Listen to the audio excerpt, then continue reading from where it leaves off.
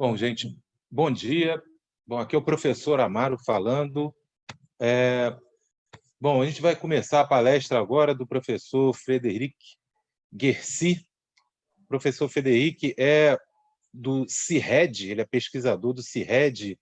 CIRED é um importante centro de pesquisa francês, onde alguns professores do PPE fizeram doutorado lá, como o professor Emílio, o professor Maurício e o professor Marcos Freitas. Eu, inclusive, também tive uma passagem por lá fazendo doutorado sanduíche, onde eu pude conhecer o professor Frédéric e a gente pôde interagir um pouco aí nesses modelos de equilíbrio geral computável. Bom, aqui a palestra deve durar de 30 a 40 minutos, mais ou menos, e aí, em seguida a gente abre para vocês fazerem perguntas, né? Aqui do lado vocês podem, no chat, levantar a mão, né, para fazer perguntas, e eu organizo um pouco aí as perguntas. A palestra também está sendo transmitida pelo YouTube. Eu vou colocar aí no chat também o link do YouTube para quem tiver dificuldade em acessar o Zoom, né? Então já tem possibilidade de ir seguindo pelo YouTube também. No YouTube eu também vou acompanhar as perguntas que são feitas. So, Frédéric, thank you very much to be with us in this difficult period. I said good things about you in Portuguese. And YouTube, I understood. Yeah. Yes.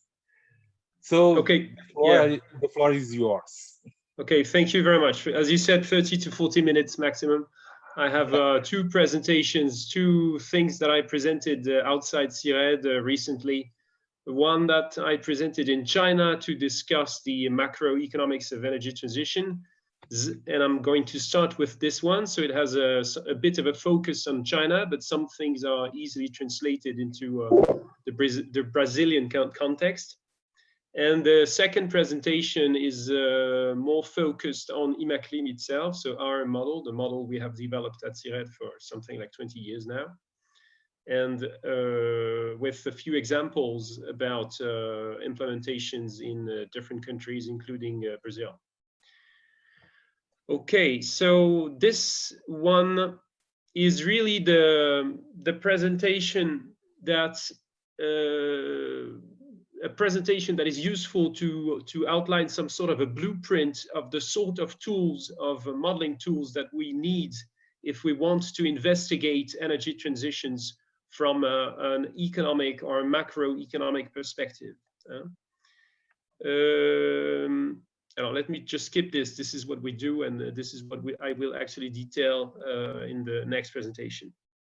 So this was a short presentation, only 10 minutes, but of course I probably crammed into it something material for about 15 minutes. But this is how long it's going to take. In 5 different points, I start with the question of the impacts of energy transition on a closed economy, so not taking account of international trade and all other things equal, meaning, okay, this is a sort of the frame of mind that we follow when we model. Yes? Are you hearing me okay? Somebody with the unmute the microphone. Okay, no problem. So tell me, wave at me, Amaro, if you don't hear me anymore, because otherwise I'm going to keep on talking in without any connection. No, it is perfect. Okay, good. So yes, so the first few slides about closed economy impacts, so notwithstanding international trade, then opening to international trade, open economy impacts, then all other things, all the context is going to change, of course, when we study the energy transitions. And so we're going to see that this is going to impact the way in which we want to model the transition. In the case of China, but of course you will have you will be able to relate to Brazil, because some of the things will be shared, some of the problems, some of the changing context will change in a way similar to what changes you are going to expect in Brazil. Then dynamics matter, of course. And so a point about dynamics. And then last point, the feedbacks from the macro economy to the energy systems. Of course, it all starts with the energy systems, because this is where the transition is happening, and this is the systems that we primarily want to change, because they rely too much on fossil resources, and so they tend to emit a lot of greenhouse gases, and so this is what we want to control, basically. Plus some notions of energy security for some countries that are quite important as well, and other notions as well that I will just point at, but we will discuss it more. But so the basic problem is the problem of the energy system of your economy, and the first thing to consider when you start addressing such issues is that your energy system is really embedded into your economic system, and they form together actually a system in itself. And so this is something that you want to bear in mind. The first point is that the energy transition is going to trigger structural change, in the sense that it's going to shift the weights of different activities in your economy, in your GDP, for example, or in your output, or on any market that you can think of, actually. So the energy expenses that all agents in the economy make will change the investment, the structure of the investment of the economy. And all non-energy consumptions will have to adapt to the energy expenses that you make under adjusted budget constraints. Adjusted in a sense that the way in which your energy costs are going to develop is going to impact on the rest of your budget. And of course, there are a lot of feedback loops in your economy. Any displaced output, any modification of the distribution of your consumption, of your investment across sectors, is going to propagate in the input-output structure of your economy. And this is something that you want to take into account. And this is why actually we bother with multi-sectoral modeling when we want to assess macroeconomic impacts. The second point is that the energy transition is going to impact on relative prices. Not only on your energy prices, but of course on all the prices of your economy, because all your activities will have energy intensities embedded in them. So they will be intensive in energy to some degree. And they will also have some flexibilities to change their energy intensities. Maybe some of them will be quite energy intensive, but with fallback solutions that allow them to reduce that energy intensity at a reasonable cost.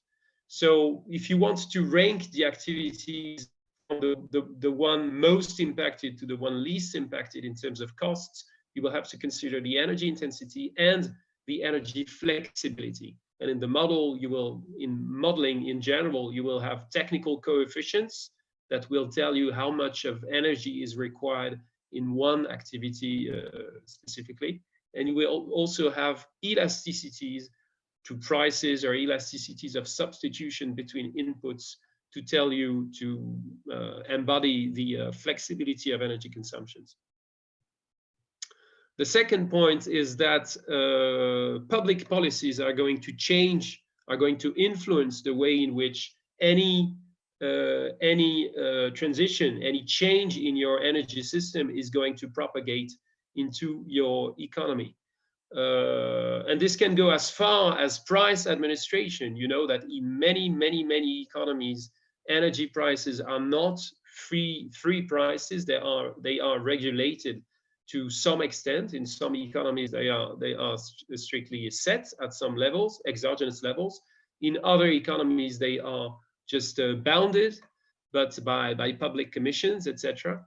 But so this is going to impact directly the price of energy. And then, of course, you also have a lot of energy policies that are going to change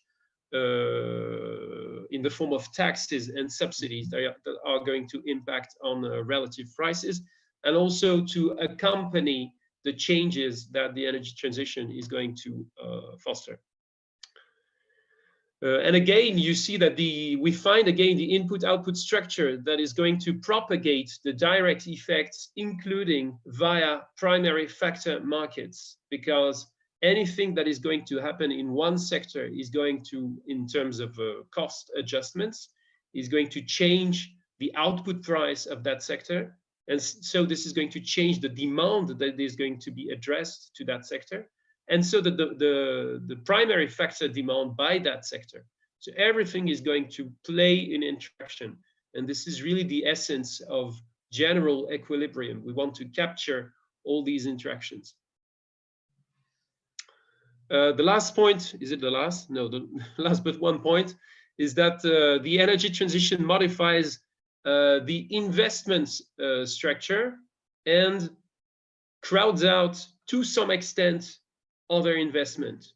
So it modifies the investment structure. It means that it is possible, although this is something not so much researched, but we have examples, recent examples with our colleagues at Copé. Julien worked on this actually, on the structure of the investment good that is going to be mobilized by energy solutions. For example, you probably understand, well, it's easy to understand that if you build if you rely on hydroelectric power, then your investment is going to be in dams and it's going to be concrete. But if you build windmills, then you are going to need aluminum. And so the sectors that are going to supply this investment are not going to be the same. So this is again a question of structural change. And then you have also the financial question of the energy transition investment crowding out, to some extent, other investment. If you are in a very neoclassical model, and probably at the long term, you will consider, which is probably more relevant at the long term, you will consider that you can only invest what you are producing. And so there is what you have produced, actually. In the very standard model, it's even that way. So you take the production of year or the investment of year t minus 1, and this is going to be your extra capital in year t. So there is a very strong constraint on that capital at any period, and which means that you have full crowding out. So if your energy transition requires more capital, then you are going to decrease the capital available for other activities, and this is going to increase the rental price of capital mechanically. In other modeling paradigms, for example, if you go to neo-Keynesian or post-Keynesian models, then you will add the very important role of financial markets that can raise more financial capital than just your physical outputs at year t minus 1 for the investment, for the capital stock at year t. And taking this into account is going to lift, to some extent, the threat of the crowding out. This is already quite technical. Yes, the last point is just to say that those three effects, so the structural change, the relative prices change, and the impact on the investment structure, so structural change again, plus the crowding out, they are going to loop to convergence through general equilibrium effects. So as I was saying, this is really a system. It's forming a system. All prices are built on the prices of all sectors and the prices of primary factors, and everything loops, all these interactions, they loop to equilibrium. Alors yes, this is something that we don't necessarily have in mind when we consider this, and from a technical point of view, it's already outside the scope of the standard model. But you have positive co-benefits if you just look at the energy transition in a closed economy, so not taking account of international trade. You have all these dimensions that can change the balance of the costs and benefits of your policy, and that you would want to take into account. You seldom do, because it's difficult to do so, and it's each of these points is a research topic in itself. But you can think of the improvement of local environment, you can think of reduced congestion losses, you can think of improved energy security and price stability, reduced energy price stability. You can think of the reduced pressure on biodiversity, reduced adverse impacts on fuel mining activities for those countries where the mining sector has some weight in the activity, etc., etc. And this is not, of course, exhaustive, but so different dimensions that you can add to the core input-output, say, assessment of the transition. And then the question, yes, the question that comes to mind is, of course, are any of these of macro size? Are they going to make a difference at the macroeconomic levels? For some countries, they will. Some of them will. Some of them won't. And so this is something that needs working out at national level and to be relevant. Third dimension of the even in a closed economy, a third dimension to consider is the impacts on the distribution of income. Because what we have seen so far is just the impact on the general activity. The standard model is going to be fine with this. This is enough information for the standard model to treat. And it's going to rely on the abstraction of the representative agent that owns all the primary factors and that makes all the investment and consumption decisions. Of course, the economy is decentralized, and you can start by distinguishing between households, public administrations, and firms. Only this level of distinction is already going to produce interesting results. This is actually what we do this is our benchmark for the IMACLIM models. So if you dig into this, the first thing to consider is that the impact of the energy transition on the relative primary factor payments, labor on one side, capital on the other side, it is not clear ex ante. It's not clear to say who is going to benefit, what factor is going to benefit from, or what factor price, relative price, is going to increase or decrease because of the transition.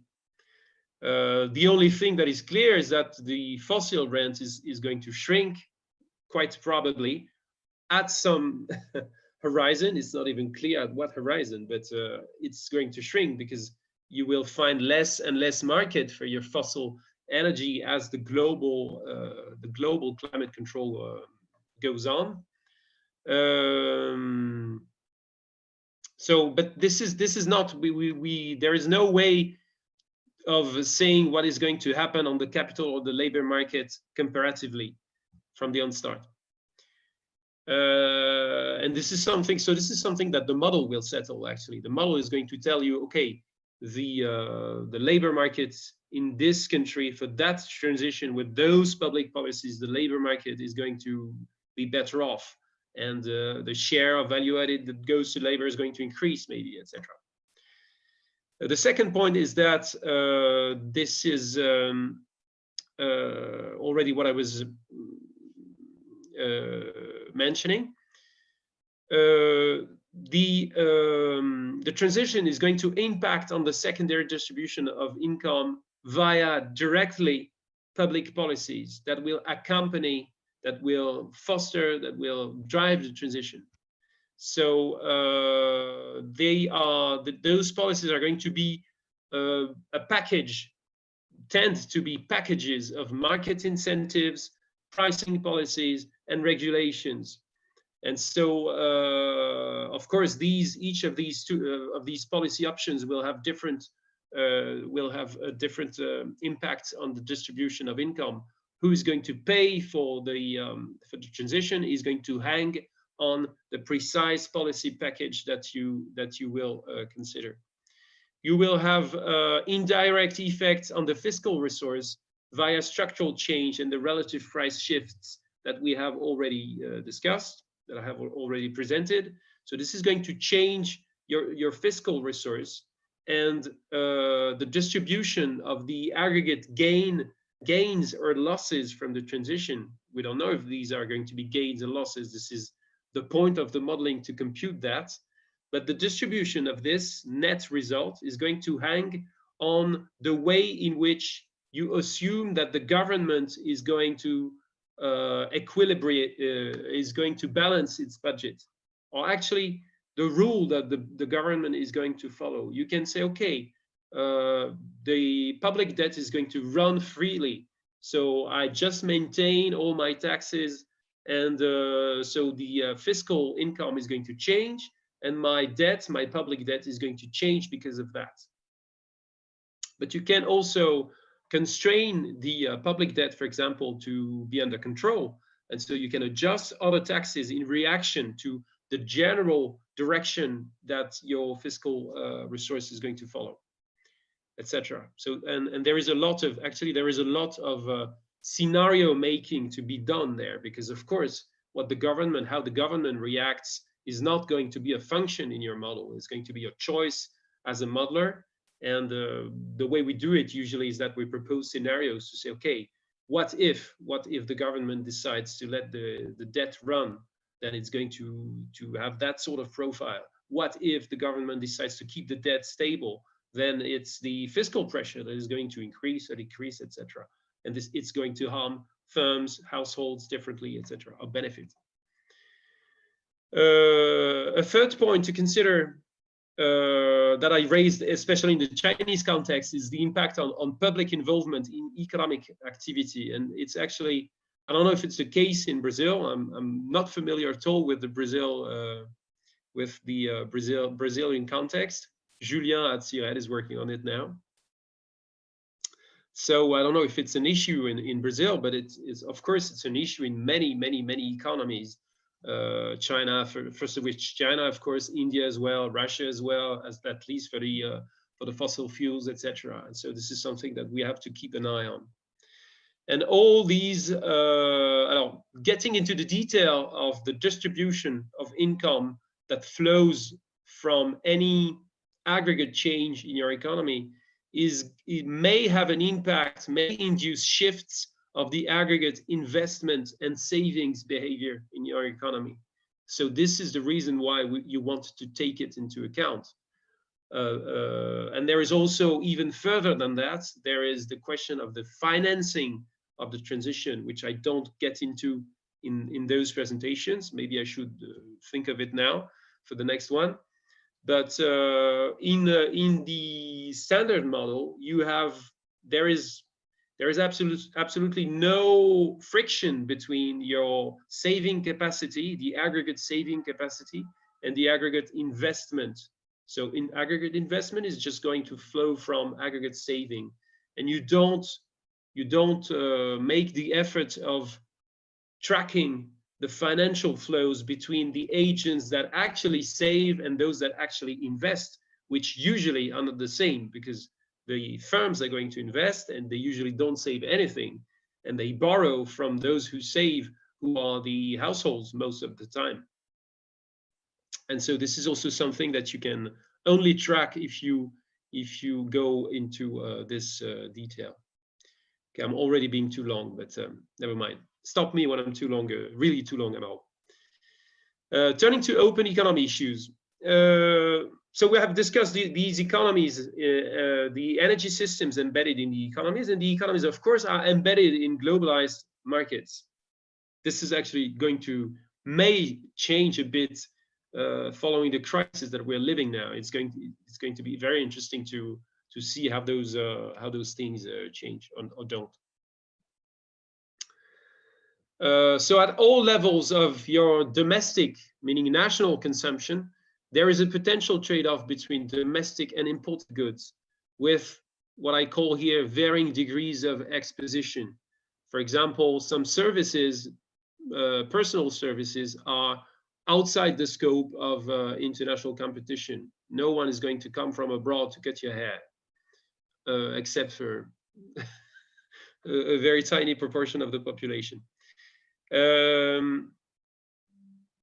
The impacts of the relative price shifts that we have seen in the input-output in the points about the input-output relationships in the economy is going to be mitigated by what happens in other countries. First thing, so energy transitions of trading partners and competitors, of course, because if you're alone acting, then it's going to be very different than if all the others are acting alongside you.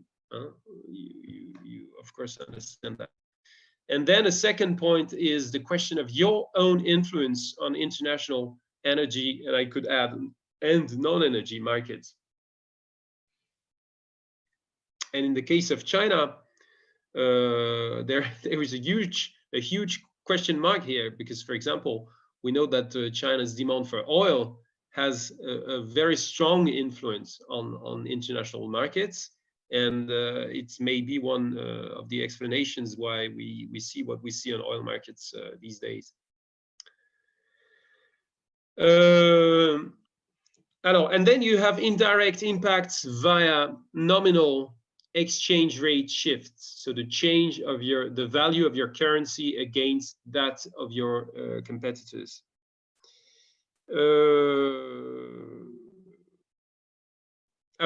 Depending on, this is a point very interesting in the models, because the standard model has exogenous trade balance dynamics.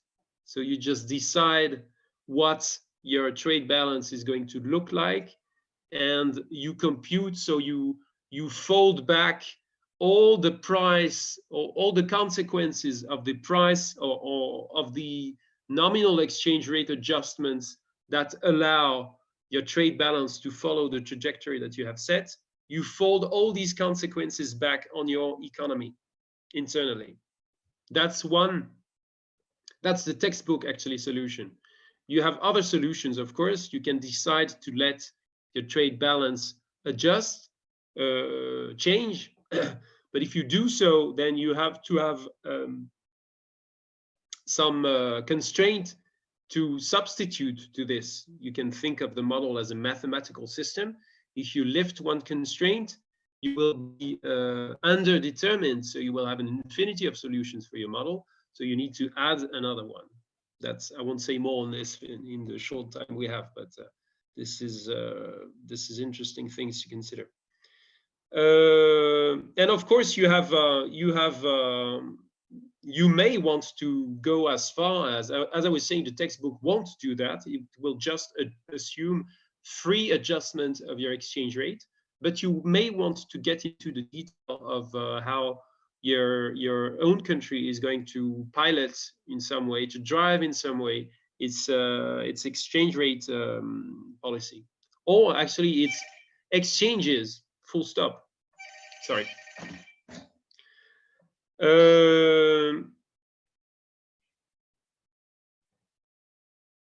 And then there is this thing to consider, that the energy transition that you pursue in your countries may change or may position your economy on global markets. Particularly the first one is quite interesting to think of. There is a global market for the technologies. There are global markets for the technologies that are going to sustain the energy transitions. This is something that some countries have taken very seriously. So you can look at what China has done, for example, for the solar PV panels, or you can think of what Germany has achieved in terms of windmills. I'm not a specialist of this, so I hope I'm not saying too many mistakes. But this is something that you can look into, and there are some potentials, because markets are going to develop at very rapid paces, and there may be first mover advantages for those who engage into that sort of technologies. Think of also of the car batteries, for example. And the second point is much less glorious, but there is this possibility to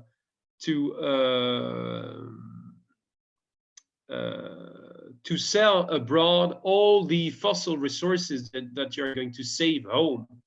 This is sort of a worst case scenario in which other countries are not acting as much as you're acting yourself. So the world is not converging on climate mitigation, but so this is, for example, scenarios that we have considered in the case of Saudi Arabia, because if Saudi Arabia makes more efforts, so more efforts for Saudi Arabia means really little efforts, but it's still going to save some oil that is wasted currently in Saudi Arabia. It's going to save some oil for foreign markets, and this is going to bring the resource that can help foster the transition domestically. So it's a trade-off that does not look very nice from a global perspective, but that is very real and very and may be appealing to some countries, so that we have to also to bear in mind.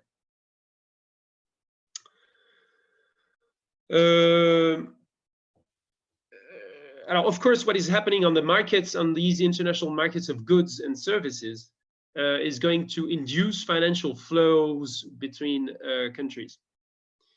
In the long term, your balance of payment will be balanced, will be equilibrated, and it means that any trade surplus is going to prompt capital outflows. So the taking of positions of financial positions outside your country, and so you have these issues of the foreign direct investment from your country, and of the foreign equities and bonds that you could also engage into. And this is again on the financial sphere of the problem, something that is outside the scope of the standard model, but that you must step into if you want to start discussing the finance of the global transition, the conditions under which those global transitions are going to be financed. And for the net energy importers today, the energy transition is going to imply an increased energy autonomy. This is the second point. And so is going to increase foreign assets investment, with some consequences that you may want to dig into. You see that this is less, this is more sketchy, because this is sort of the frontier of our modeling right now, and we're only engaging those subjects now. You will, if you hear Hector Politz next week, he may be more advanced than we are on these subjects, so it's going to be interesting to compare. Okay, and then, okay, this is quite specific to China, but I will still go through it quickly, because there are some things that will echo some Brazilian issues. So, of course, the Chinese economy is rapidly transforming, but it's even accelerating in a sense. If you look at the statistics in the past, from the past 5 years, you will see huge difference, even at very aggregate levels, like the composition of GDP. You will see that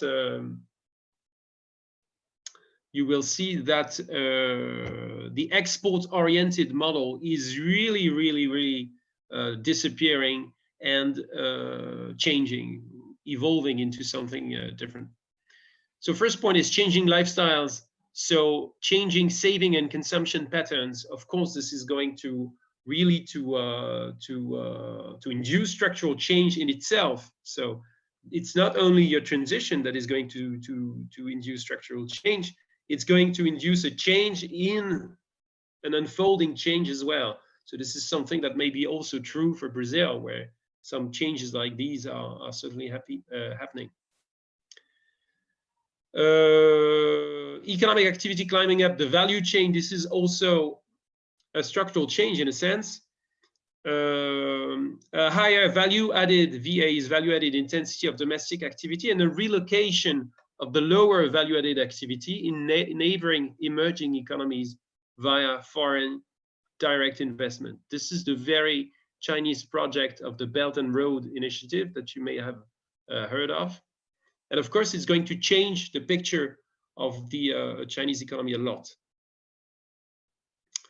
Well, of course, one important question is that whether the performance of the Chinese economy in terms of climate control is only going to be allowed because they are doing exactly what we did, at least in Europe, for example, which is we exported our heavy industries and our industries eventually to China, for example.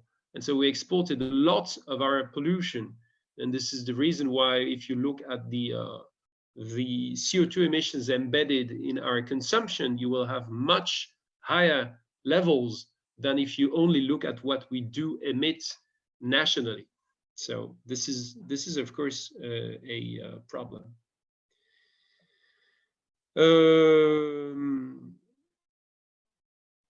Okay, yes, this is what I was pointing at, the Belt and Road Initiative, and this is only saying that, as I said already, that there is a lot happening in terms of the balance of the Chinese GDP, and from a modeling perspective, it's a difficult issue to tackle, and I'm sure Giovanna Naspolini won't contradict me, because it's going to change the overall capital intensity of your output. The labor and capital is going to unbalance or induce shifts of the overall capital and labor intensities of your output. And if you don't, and it's going to require careful calibration of your investment trajectories, because this new model should require less investment to some extent at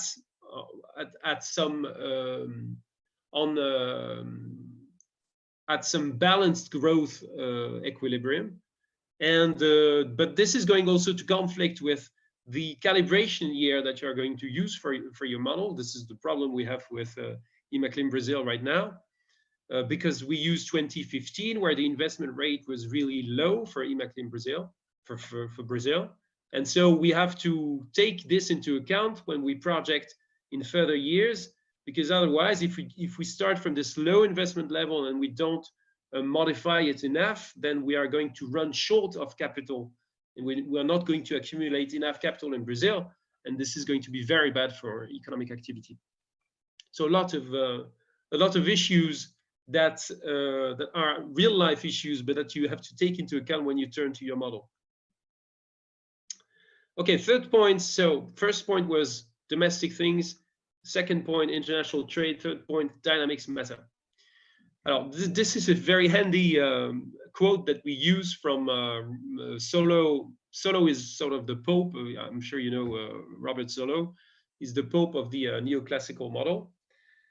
And he advocated something sort of Keynesian in the short term, which is very convenient for us, because we tend to think that the neoclassical model with all markets cleared, all the demand and supply unbalances cleared by the free adjustment of prices. This is a simple way to put it. I see that they are contributions via. Okay, so I'm not looking at the chat. Amaro, if anything in the chat is a question for me, just please point at it. Okay. So yes, I was saying that. Yes, at the end, I can share this question to you. There is a question? No, it's not a question. It's just so people know the difference. I'm a bit late in the information. Okay. Yeah, because the Brazil, the investment level is less than 20%, according to Giovanna. But in fact, nowadays, it's less than... much less than 20%. Yeah. Yes. Yeah, it's reducing. Just doing a comparison to China, that it's 45%. I know, yes. Well, in China, it's got. Well, I don't know if it started to decrease, but it's going to decrease anyway, because this level of investment is not going to be sustainable with slower growth and with the change also in the activity. But this is something very interesting, actually, that we are going to have to tackle with our Chinese partners. I remember when William was presenting our scenarios, you were shocked about the level of investment in Brazil, but this is our reality. I know, it's very low. Yes, it's very low. Especially for a country that is growing so fast as Brazil, that should be growing so fast with a population that is still increasing a lot. But that's a different topic. Okay, so yes, I was pointing at the fact that the neoclassical model of Solow himself is really fit for the longer term and for long time periods between equilibria. So this notion that all markets are going to get to equilibrium through the adjustment of prices. In the short term, you have many things that will constrain this paradigm. So a few here. The first point is about the imperfect factor mobility. The neoclassical model is going to allow you to shift your capital or your labor from one sector to the other without any constraint from one period to the other. Of course, if you do this, if you model the economy year by year, and if you have serious structural change like the one that the energy transition is likely to foster, then you are going to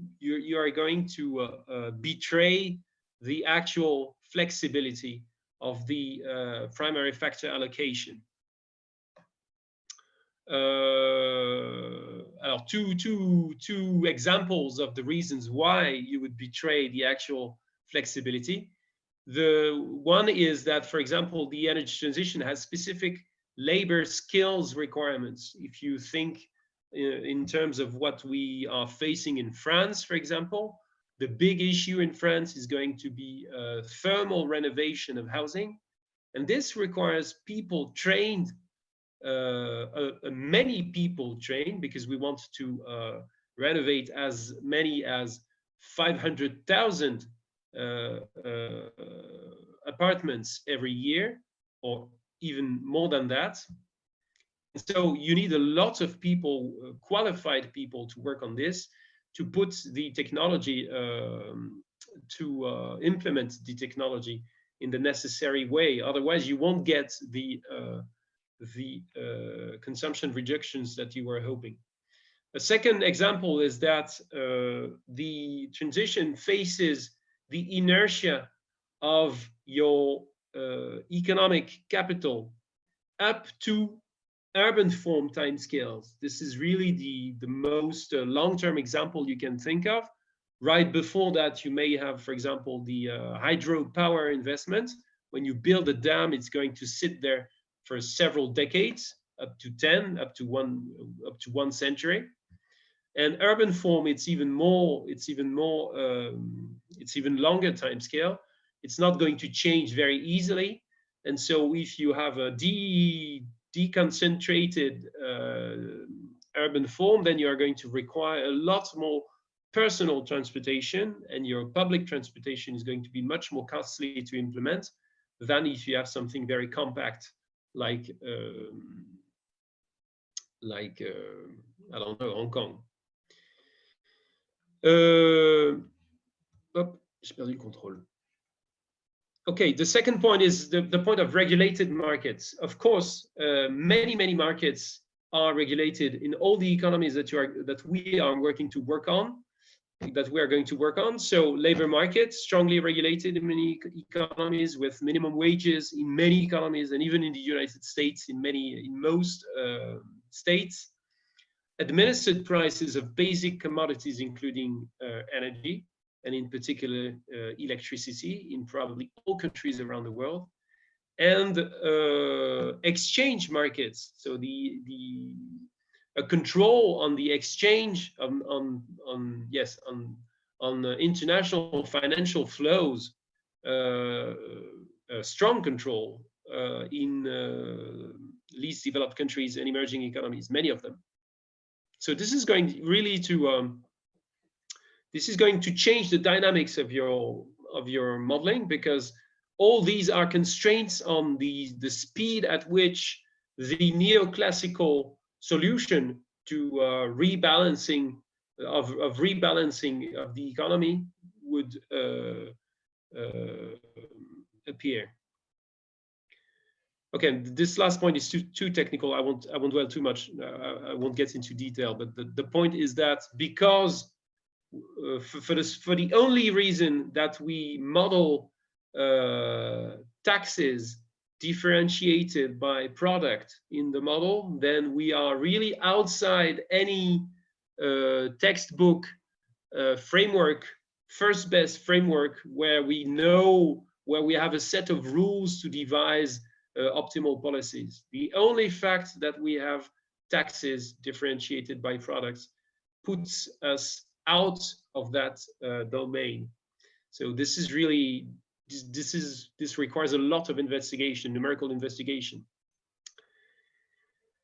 Okay, and the last point is that the macroeconomics that we have seen, they feed back on energy systems. So they feed back on the energy demand, because all the situations of all agents are going to change, and their trade-offs between consumptions for the consumers, between inputs for the producers, are going to change. So the energy demands are going to change. Aggregates, I'm not sure what I meant. And the energy mixes also, so the energy demand in absolute. Yes, this is what I mean. I mean, the aggregate energy demand is going to evolve, and the mix between different energy vectors, energy solutions is going to change as well.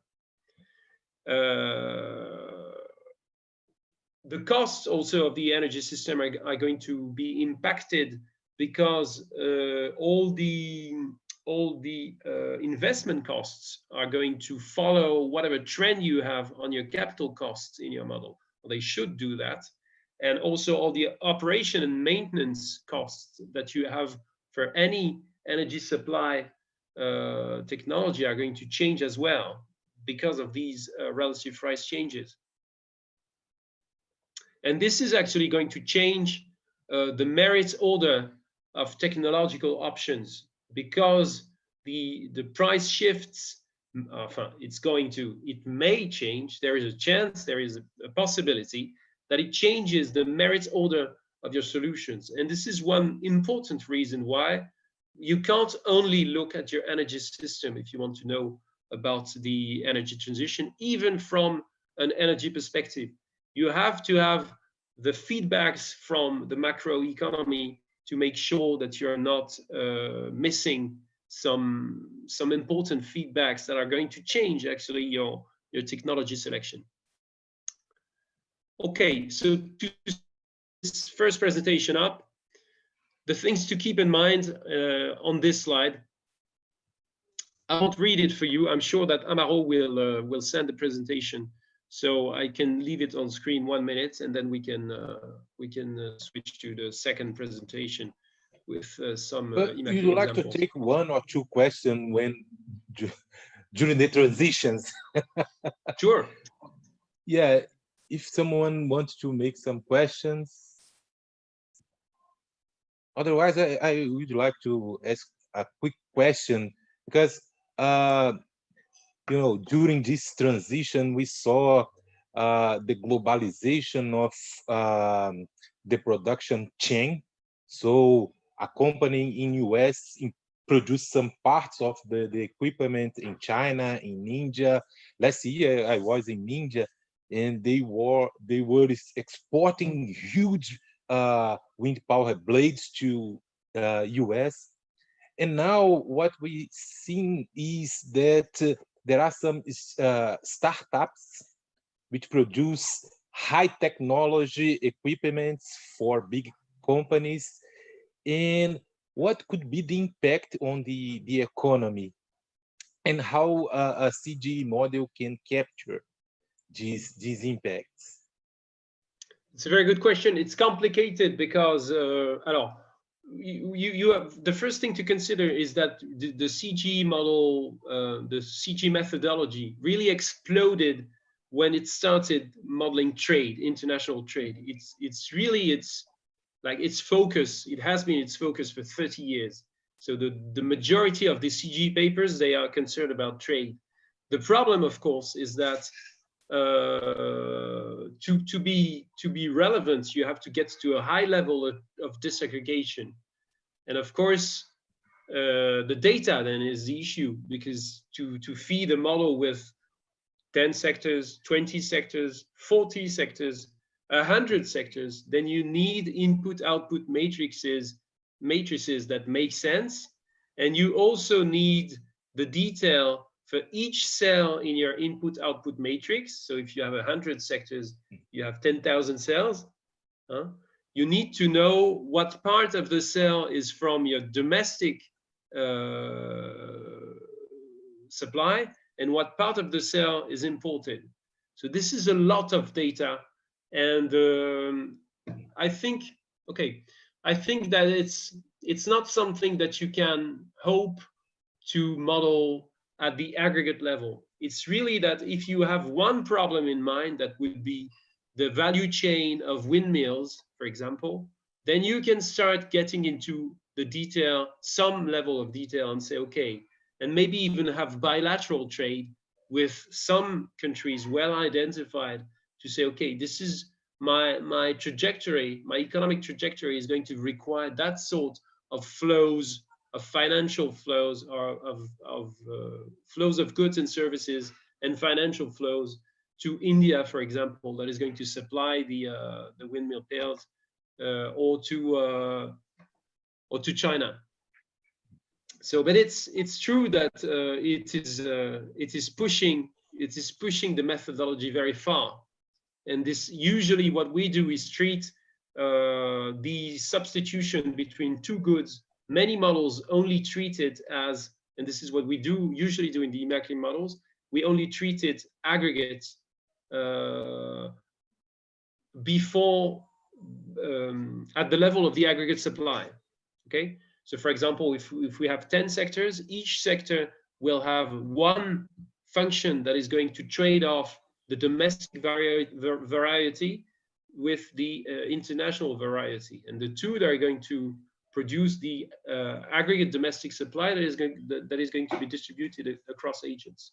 So we don't even have the specification to say, okay, households, their consumption of good number 8, it's 20% imported and 80% domestic.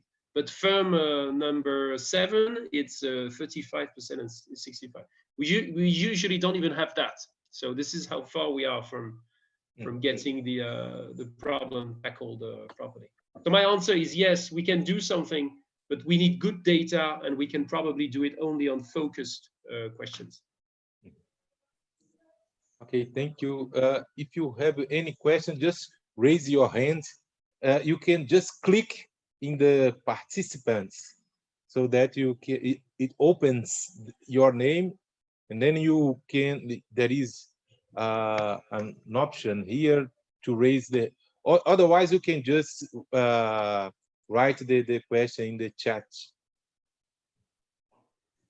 Oh, if there isn't any question, we can move to the second presentation. Okay. I don't know. Will you? I'm not sure if you will see my screen. If I don't, maybe I will have to change the. Do you see the second presentation now? Yeah, we do. Yes. Okay, good. Okay, so this is the second presentation. This one is very recent. It was presented in EU-Russia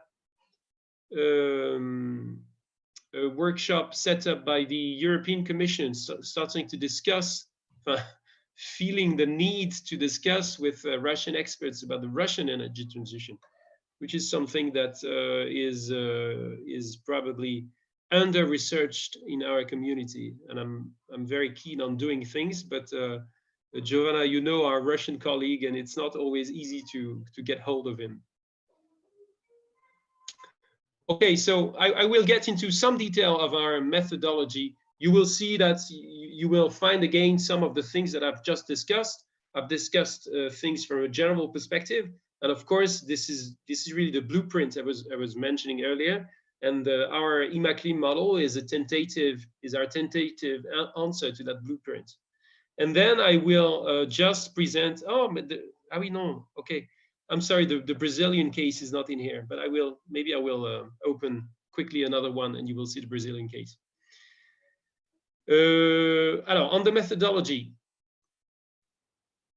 this is really close of, well, this is summing up again the things that you had on the former presentation. So the investment challenge of the energy transition, structural change, the change in costs of energy services, the input-output relationships.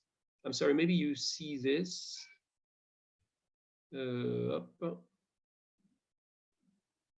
Okay. I don't know if you see the, if I do this, does it block the reading of the presentation, or do you see okay? It's okay. We are seeing it's okay. Okay, because, okay.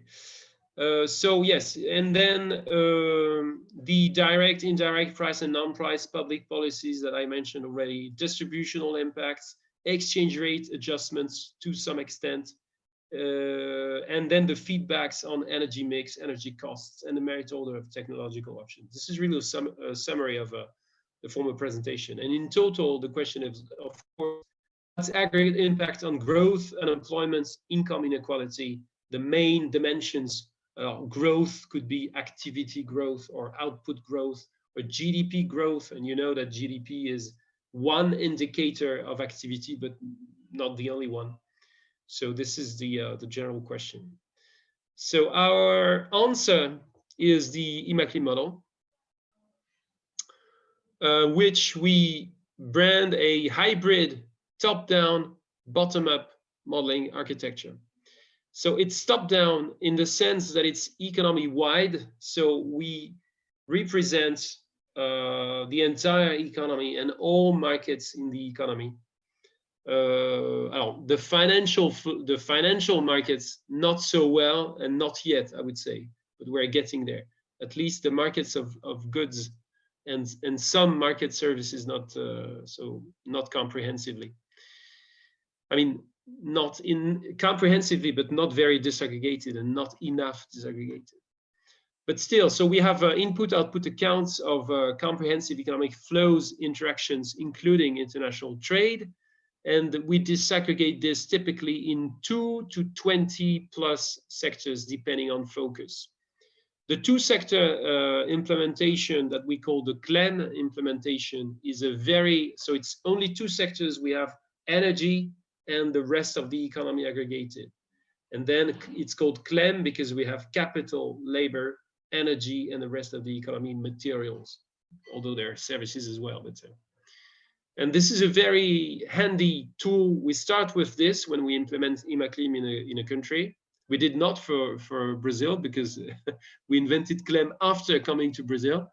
But it's a very handy way of starting any IMACLIM project because it allows, it's a format in which you can just get familiar with the model and control the macroeconomics of your analysis before turning to the multi-sectoral framework. And then 20 plus, I think the Chinese matrix that Sushin, our colleague Sushin, is working on has up to 44 sectors, I think. In Brazil, I think it's 15, Giovanna? No, we have the hybridization done with 40 sectors. But 40 sectors. Yes, we run IMACLIM to PMR project with 19 sectors. 19 sectors, okay. 19 sectors. Sorry. Yes, 19 sectors. So it's the sort of the standard in a sense that we do. It's even maybe higher than the standard. I think in India we have 22 sectors running, etc., etc. Well, you will see. And so yes, input output just to tackle all the relationships that I was mentioning earlier on. We need to know what production is consuming what other production to be able to track the impact, the propagation of the impacts in the economy. And then it's hybrid because we want to couple to bottom-up modeling of energy systems. This is something that I have not discussed yet. But the reason for turning to bottom-up modeling, so bottom-up means that you are you are really getting into the detail of each energy use and detailing a lot of technologies to answer all of these uses. And then you are constructing the picture of your energy system from the bottom of all these technologies by aggregating into the overall picture. So that's bottom up, compared to top down, where you start with the GDP and the primary factors, and then you disaggregate by sector. So yes, the problem with the top-down representation here, which is really the economic representation, is that the standard optimization functions of households and firms' choices are not well adapted to the complex adjustments, aggregate adjustments of inert and discrete systems, so the discrete energy systems. If you look at, for example, power generation, your power generation is going to come in units of production, units of supply, not an infinite number of them. It's a small number of units, even for countries like Brazil or France. And so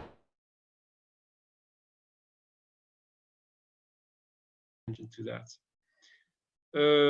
Alors, the reasons why they are ill-adapted is because, so it's complex, it's inert, and it's discrete. So the three dimensions are going to play. The fact that it is inert, it relates to what I already said about I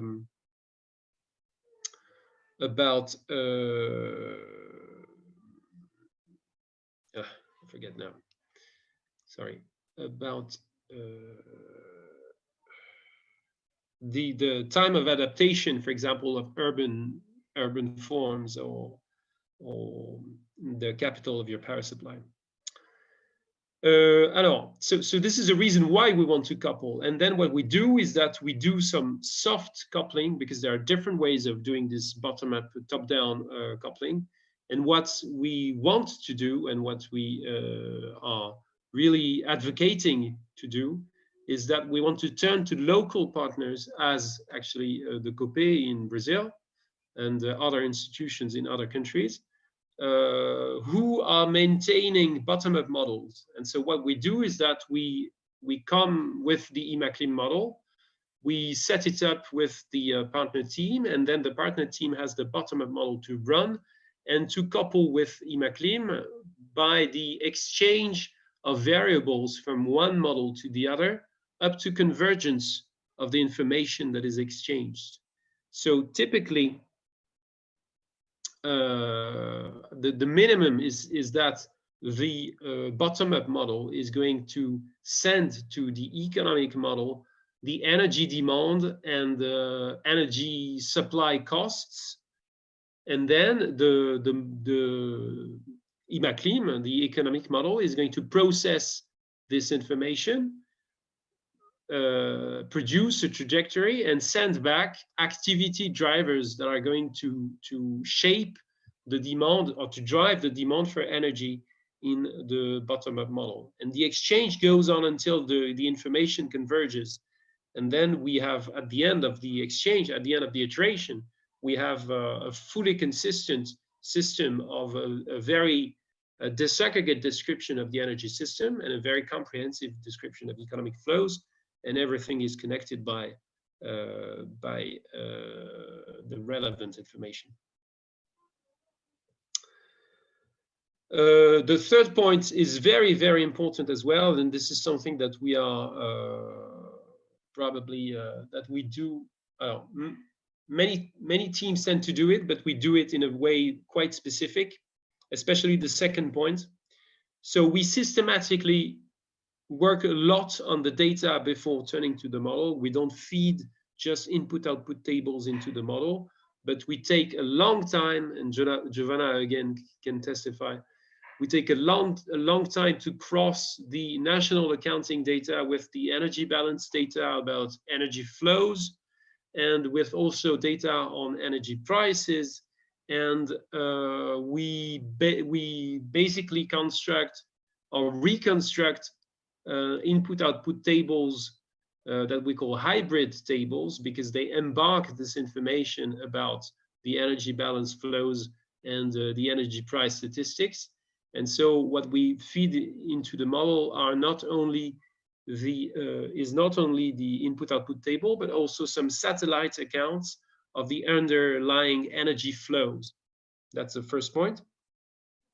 And the second point is that when we do this, we modify, we depart from the standard model in a sense that we model agent-specific prices beyond the only differentiation of the tax level that you have on, for example, electricity in the model.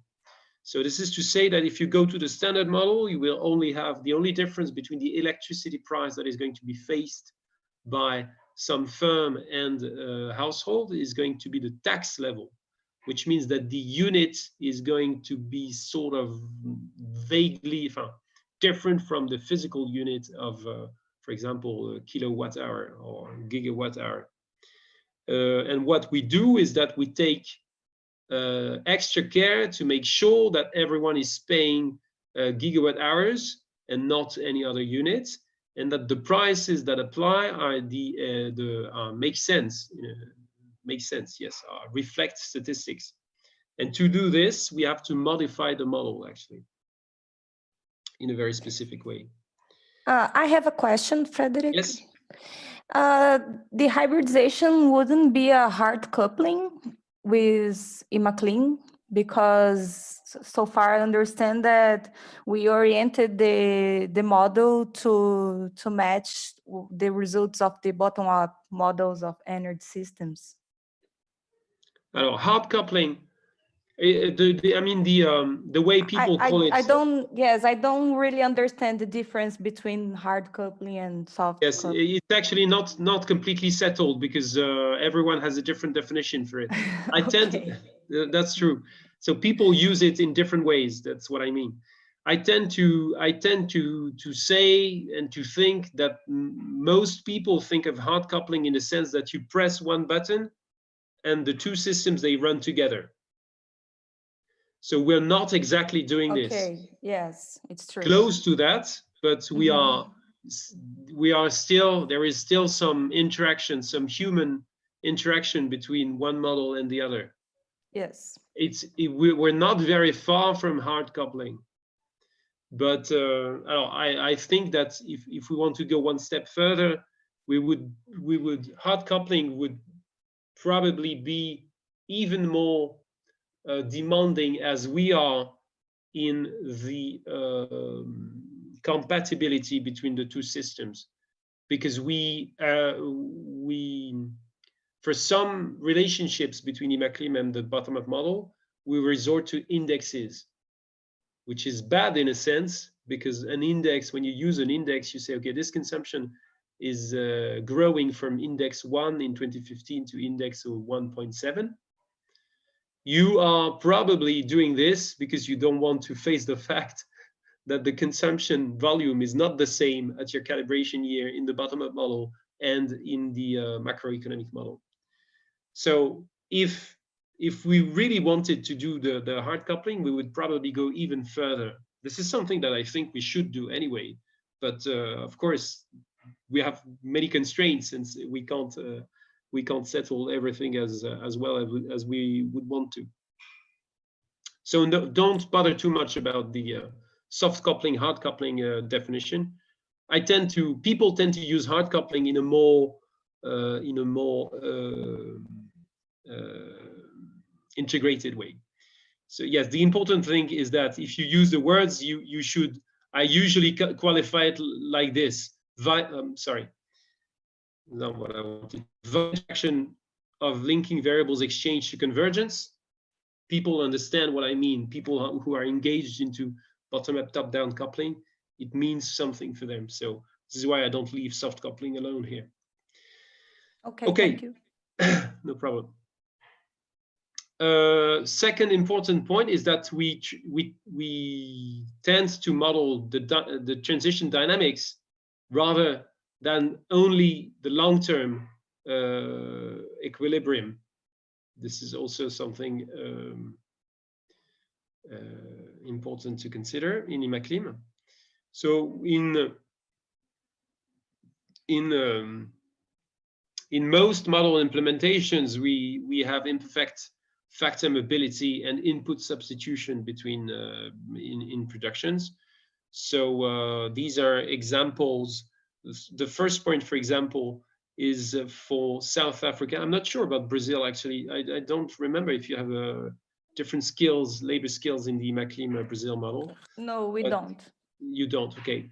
So this is something that we have implemented so far only in the South African model, but I mean, the method is here, and it's something probably desirable for some economies. This is more of a toolbox that I'm presenting, and we pick in it depending on the specifics of each country sometimes, and the focus of the analysis that we develop as well. So sometimes this exists, and sometimes we want to resort to it. And in some models, we don't bother about it, or we can't use it because we lack data. Investment flows and not the capital stock are mobile and technology flexible. This is also not necessarily in all models, but this is something that we have implemented, for example, in the Saudi Arabia model, where it was important because the oil extraction sector that is massive in the Saudi economy is not growing as fast as GDP, and we did not want at some point some of the capital in this sector just flowing to other sectors, because it doesn't make sense. Which is something that you can have in a long-term model, of course, because the constraints are not the same. And then okay, and then technical asymptotes that constrain the conventional substitution. When we use the conventional substitution between inputs, we tend to put floors to the coefficient decreases. For example, the energy efficiency or intensity. Second point is that we have regulated markets, and so in many models we model equilibrium unemployment to account for the labor regulations and the market imperfections that prevent the labor market to be cleared. We have, thanks to the agent-specific prices that we implement to stick to the hybridization, we can model administered energy prices through endogenous markups. We could do the same for other prices if required, but this is not something that we have implemented so far. And then we have also worked in the case of the Saudi economy, very interesting case as well, because they have a currency peg between the Saudi riyal and the dollar that has been running since 1986. So a fixed value of the national currency in US dollar terms for more than, for close to 30 years now. No, more than 30 years now. So this is quite interesting, and it required, of course, a model a very specific feature in the model. And then, of course, well, we know because we model differentiated taxes across products and etc. Then we know that we are in a second best economic setting, and that we have to work on a lot of scenarios to narrow down the optimal policy mix. For example, we know that the carbon tax, for example, or the unique or the uniform pricing, carbon pricing, is not going to be the first best solution in our model because of these distortions. This is something that we are very aware of. Okay. Alors, yes, income distribution. So this is also relating to, it's following actually the other presentation that I made. So most models, not all of them, but they extend the input-output framework to the social accounting matrix, which means that we distribute the income of primary factors, including the natural resource rent, across households, firms, and public administrations, which already allows to tackle, to address to some extent the public involvement issue. So the involvement, the public listed companies in a sense. Okay, so the fact that the government is owning part of the activity. Then we have a secondary distribution via transfers, including taxes of all sorts, interest payments on net debt positions that we track as accumulated net deficits. So this is also the frontier. This is again the frontier of the model, and we are in the process of pushing this frontier back with a modeling exercise that is beginning on Tunisia. So we are going to disaggregate the net positions into gross credit and debt positions, and also to disaggregate the positions between different types of assets. So moving into the financial issues to allow better tracking of such things. This is also repeating, and this is something that we have in all models. So the transition policies are going to affect public income, and we have the choice of the public budget closure. And for example, we can think of adjusting taxes, or of adjusting expenses, or of adjusting the public debt. And there is a lot of possibilities to do that. And we can investigate, the model is easily set up to investigate such options. And this is also repeating again from the other presentation, the fact that everything that is happening in here in this distribution of income is going to change your the aggregates investment and savings behavior of the model. And so it's going to impact actually the trajectory, the macroeconomic trajectory that we are going to follow. Okay, a few last slides. Let me see what I have. Okay, tac. Maybe I won't dwell too much on this. Amaro, am I getting very late? Yes, actually. No, that's okay. No problem. Okay, so I won't take so much time. Attendez, comment je fais pour revenir? Hop. Okay, yes, the Saudi Arabia case was very interesting because it was so specific from the macroeconomic point of view that it's required a lot of developments. So this is just a few informations about the way we set up the model.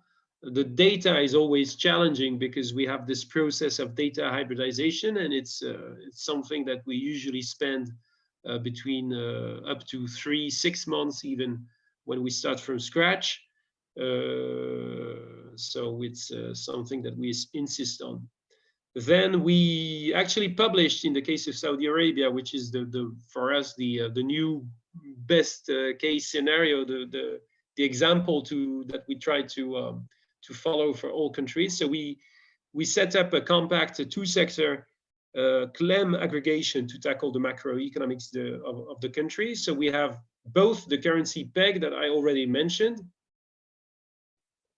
and that has actually, well, I won't get into detail, but you can read the paper, but it's quite interesting because it's not that the real effective exchange rate is fixed, because this is what you would say, okay, I have a fixed nominal exchange rate to the major international currency, which is the US dollar. So the first move of the modeler would say, okay, would be to say, okay, I will model a fixed real effective exchange rate, which is just the ratio of your domestic and international output costs. Because in models like IMACLIM, you usually don't have the money. You don't have the rial on one side and the dollar on the other side. It's just the costs, the real output costs and the relative costs that you have. And then we noticed with the students who developed the model, we noticed that there is actually a strong correlation between the trade balance contribution to GDP and the REER of the country, since 1986. And it's so strong that you really want to put it into your model. And this is what we did. So instead of having either the standard model would have a flexible exchange rate, not a real exchange rate, and a fixed trade balance. The first option would be to say, okay, we fix the real exchange rate and we let the trade balance vary. And we actually struck the option in between, an option in between, where we have both values that can change, but we have a correlation between the two in that way.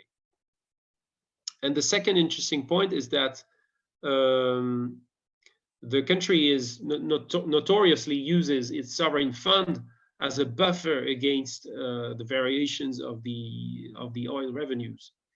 And so we translated this by implementing what we call a Johansen closure. So which means that we exogenize the investment trajectory of the country.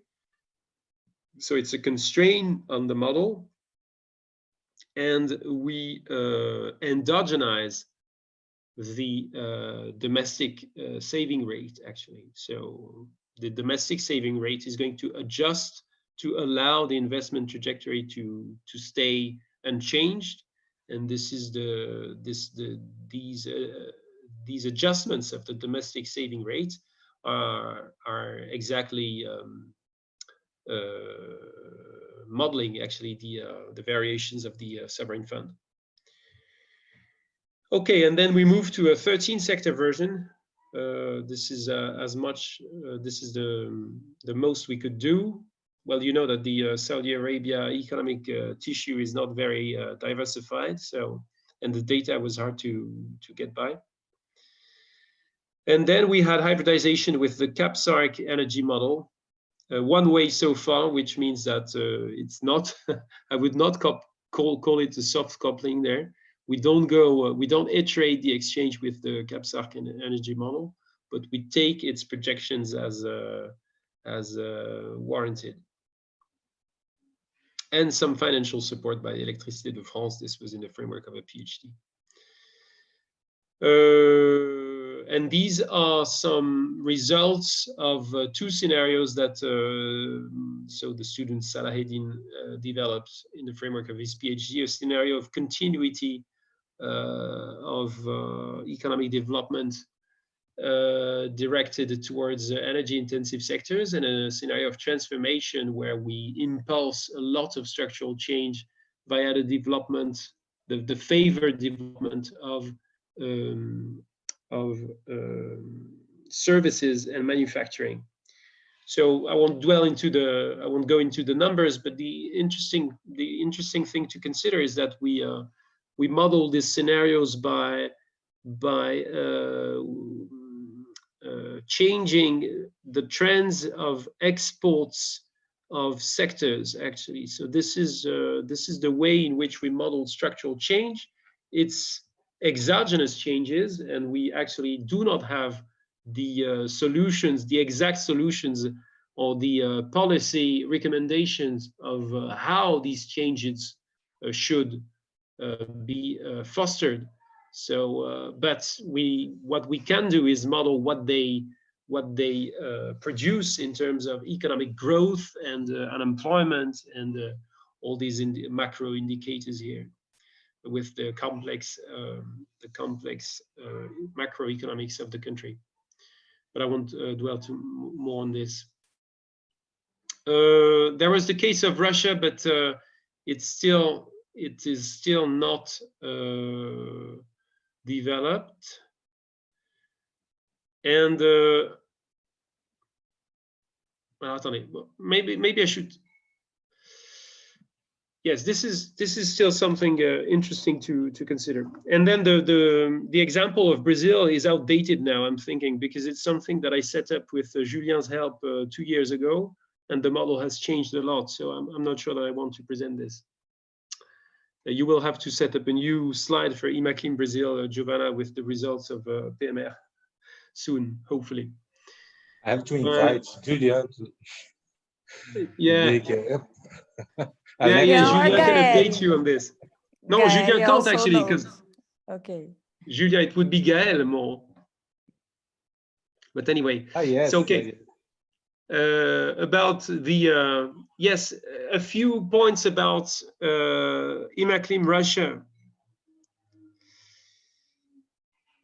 which is always, it's always I mean, it's an insight on the way in which we think, on the sort of thinking that we have to produce when we turn to a new country. So the problems, the issues that we want to tackle, in a sense.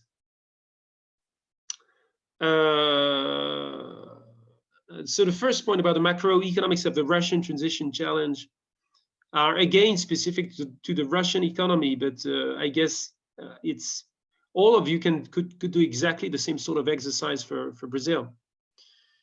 The first point, the first set of questions regards the dynamics.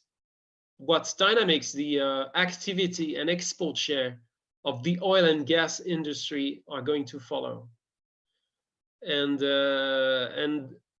how the rest of the Russian economy is going to change structurally. So it's sort of a case close to the Saudi case, but the weight, of course, of the oil and gas industry is much reduced compared to the Saudi case.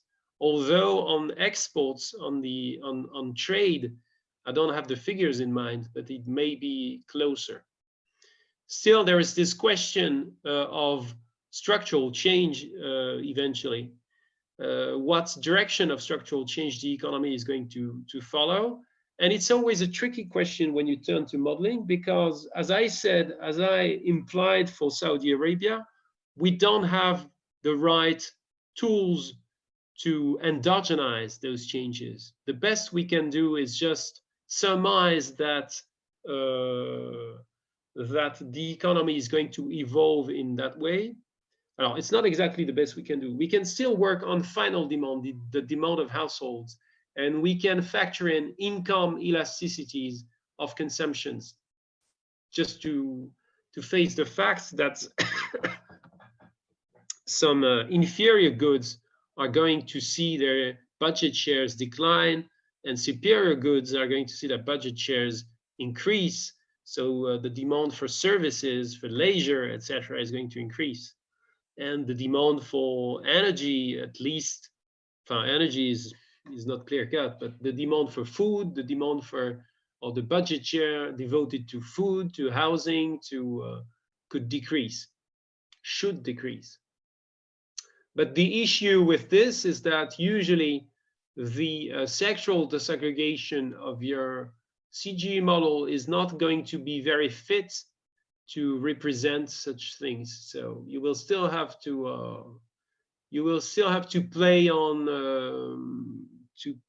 exogenously to some extent, to play on exports, for example, if you want to make a big change in the structure of your economy.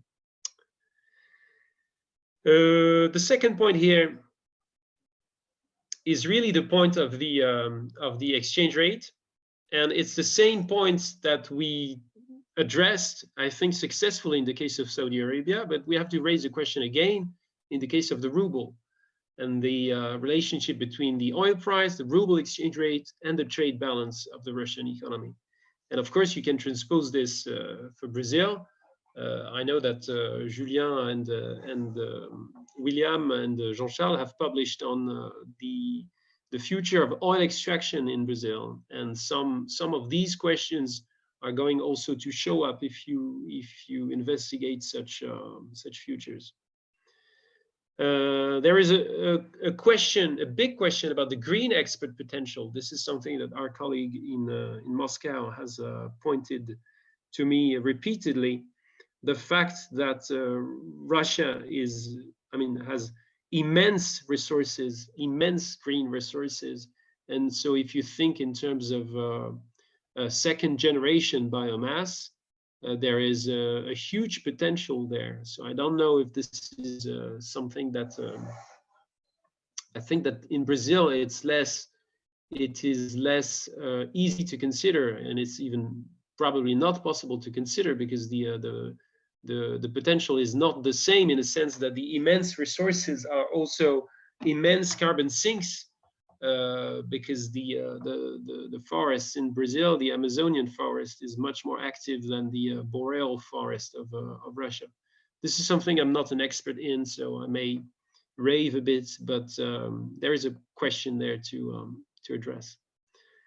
And then there is the last point is a point about the distributional impacts of the transition and crossing the impact of the transition with the evolution of the public involvement into economic activity. And this is also something that a question that you can raise for many, many different countries. And the second point is really open question. The destabilization of the global context that is happening these days. I mean, I'm sure you have read a lot about economists raising questions. The first question really is a very strong one. Is the COVID crisis going to mark the apex of globalization? Are we going really to relocate, to start relocating a lot of activities in the wake of the COVID crisis? I tend to think we're not. I tend to regret actually that we would not, because I think the crisis has demonstrated really the dark side of the globalization, and that we should learn some lessons of it. But I'm not sure that we're going to be strong enough to take control of the markets in a sense, because this is more regulation, and it's always difficult to pass, especially in our economies, in our Western democracies, in a sense, if you want. And the second point,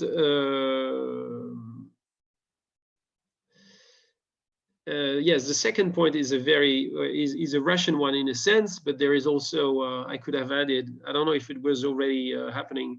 When was this? I don't remember now. I think it was not there yet, but the crisis between Saudi Arabia and Russia, actually now they have reached an agreement again. But you saw that the price of oil in the wake of the COVID crisis and of this partial agreement on the reduction of oil output, the price of oil is really depressed, and this is going to impact the macroeconomy in the short term, and probably the longer term, and it's going to feed back on actually the structural change that the Russian economy is going to have to consider, because the oil resources may tarry a bit and may not climb back to the levels where they were so comfortable, and they contributed highly to the transformation of the Russian economy after the fall of the USSR. Okay. Well, I think that's it. Oh, right, it's here. The no deal of OPEC plus, a game changer on oil markets, puts high pressure on the US. This is still ongoing, and we will see the direction that it takes.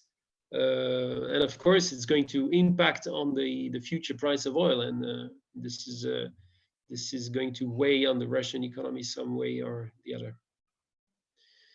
Okay, that's it for the swift brush. You see that we have quite a few IMACLIM models running in around the world now, with institutions systematically with institutions outside in the countries. I was talking about Tunisia, that is starting with the École Polytechnique de Tunis. And we are in discussion for more countries still, with the methodological frontiers that I already mentioned, the macro financial issues, the threats to stranded assets that are linked, connected to that. This is the question of the structural change and how we can go beyond just the set of exogenous assumptions that are going to drive that, and be more relevant on structural change. And the first point actually is something that is still on the frontier, has been on the frontier for many years, but we have never really started addressing the question of the informal economies. And we missed the train. We missed the opportunity when we started working on India, because my Indian colleague told me that all the informal economy was integrated in the Indian statistics. And so we said, okay, so we don't have to bother. We will just model the average rate of taxation, etc., and don't bother further than that. But we will have to turn to it at some point. This is very important for us as well. Informal economy. I know, and I'm not sure actually what the plans are, or if anyone has worked a lot of it in the framework of IMACLIM Brazil. But we will have to do something someday, and I'm sure that the just splitting the sectors in two would already achieve something possibly. But this is something we can discuss another time. Thank you very much for your attention. I've lasted much more than I wanted, but if you don't interrupt me, this is what you get. Thank you. So we can open the floor for questions. So you can unmute your mic or write the question in the chat. I have two quick questions.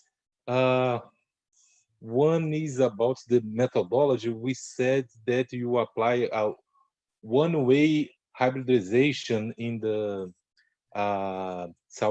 Saudi Arabian model, and how this one way works? You build the energy balance and then feed into the input-output table. Alors, there is a confusion there. What was one way in the Saudi Arabia case was the running of the bottom-up model. The hybridization process on the data, it was the same as in any other country. So it's really in the opposite sense.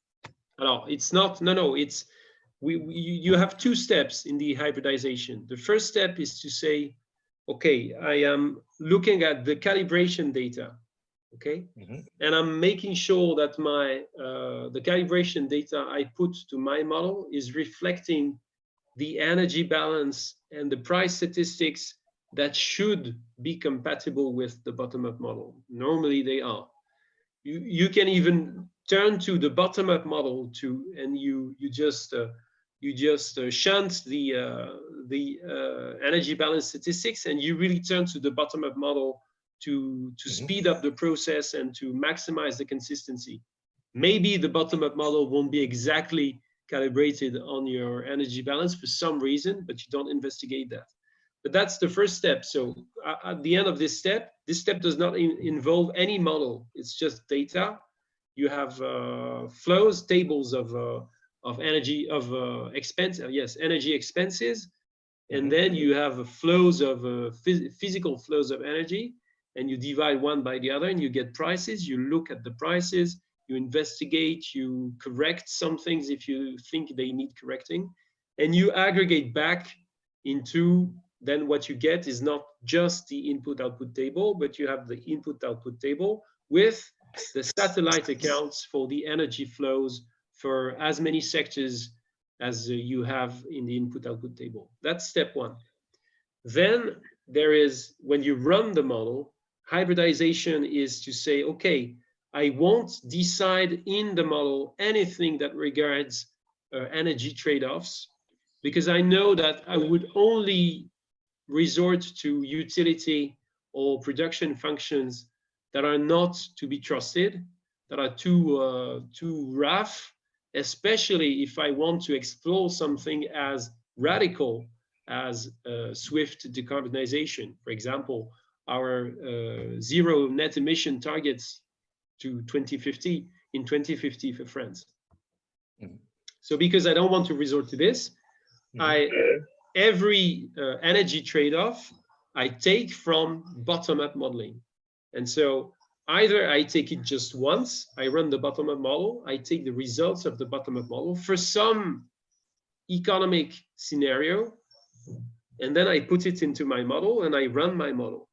Okay, but I don't. There is going to be a discrepancy between my economic trajectory and the one that's built the bottom-up model. But I just did the one-way coupling. And the right way to do things is to do the iterative coupling. So I run the bottom-up model, for example, to 2050 every 5 years, and I aggregate the information in the bottom-up model, force it into the economic model, run the economic model, get my activity drivers, my outputs of, for example, the iron and steel industry, send them back to the bottom-up, start the bottom-up again, etc. And so this is not one way, it's iterative. Yeah, we do similarly in IMACLIM Brazil. Another quick question is, I imagine the economy of Saudi Arabia relies on oil exports, and this might be the continuity scenarios. And what about this transition scenario? What is the difference? Okay, so did you propose as transition scenario for Saudi Arabia? Alors, the transformation scenario is... transformation, sorry. No problem. The continuity is not only the fact that the oil exports are going on, because they also go on in the transformation scenario. But the continuity is to say, okay, the diversification policy of Saudi Arabia has been to invest into downstream activities, playing on the competitive advantage. So energy intensive activities as petrochemicals, cement,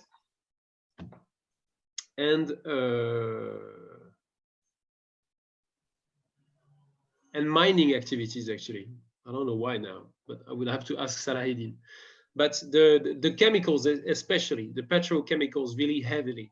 So the continuation, the continuity scenario is just assuming that the investment, or actually it's not playing on the investment, it's playing on demand, as I explained. So it's playing on the exports.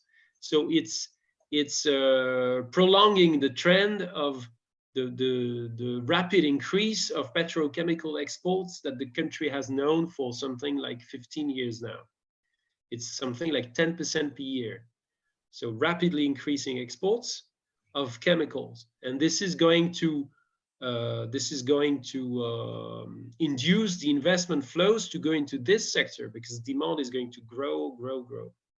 So chemicals, mining, and cement also. Mm-hmm. And it's reflecting actually some great literature on prospects for these industries in the country.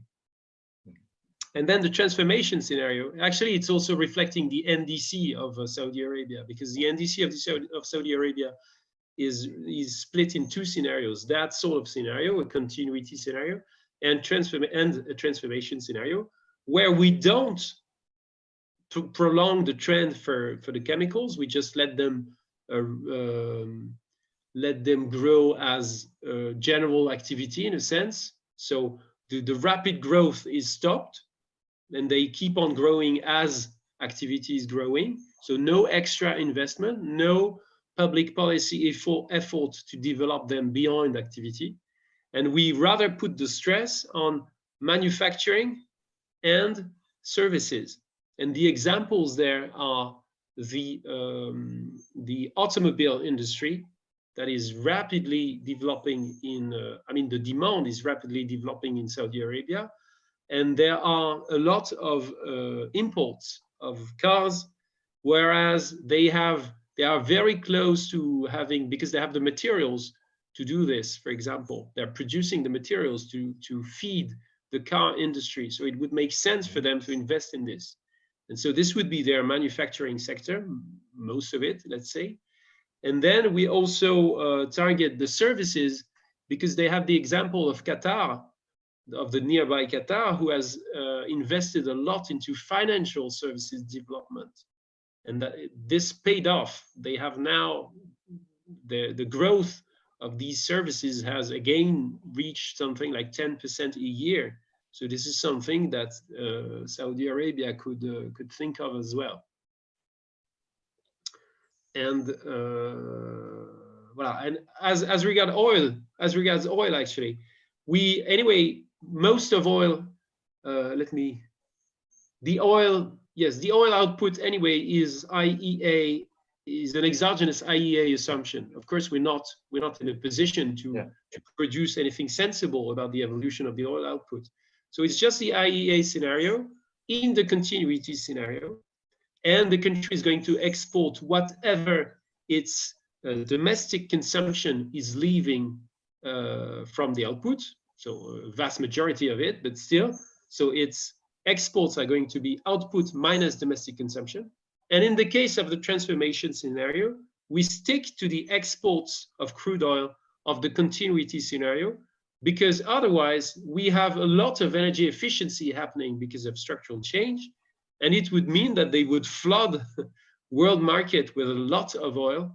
And we know that they don't want to do this because the prospect of the oil price is already really grim. So, and so we constrain the exports to be the same. And so output, because domestic demand is much lower, output is decreasing, in fact, in the oil industry. That's the story behind the scenarios. I will send you the paper, Amaro. It's almost, the multi-sectoral paper is almost ready. The PhD is out, has been out for 1 year, but we're only working on the paper now. Okay. Is there any other question? So I have to say thank you for your time. So for us, it's very important to have this kind of lectures. We have a course on input-output matrix, and this complements what we learn in this course. So this is very important. Daniela is asking a question just to ask if there is any paper of this case. So yes, he will send this paper, and then I share with you.